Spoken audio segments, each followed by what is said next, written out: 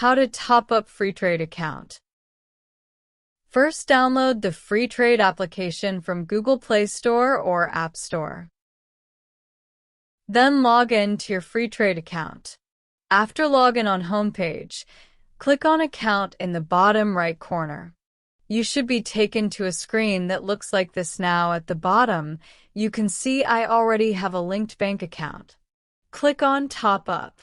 This is now going to ask you how would you like to top up. You can choose from Instant Bank Transfer or Apple Pay, so let's go for Instant Bank Transfer.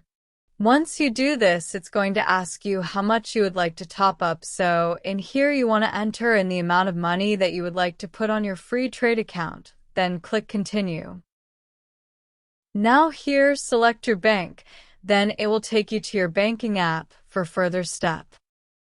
That's it. Thanks for watching.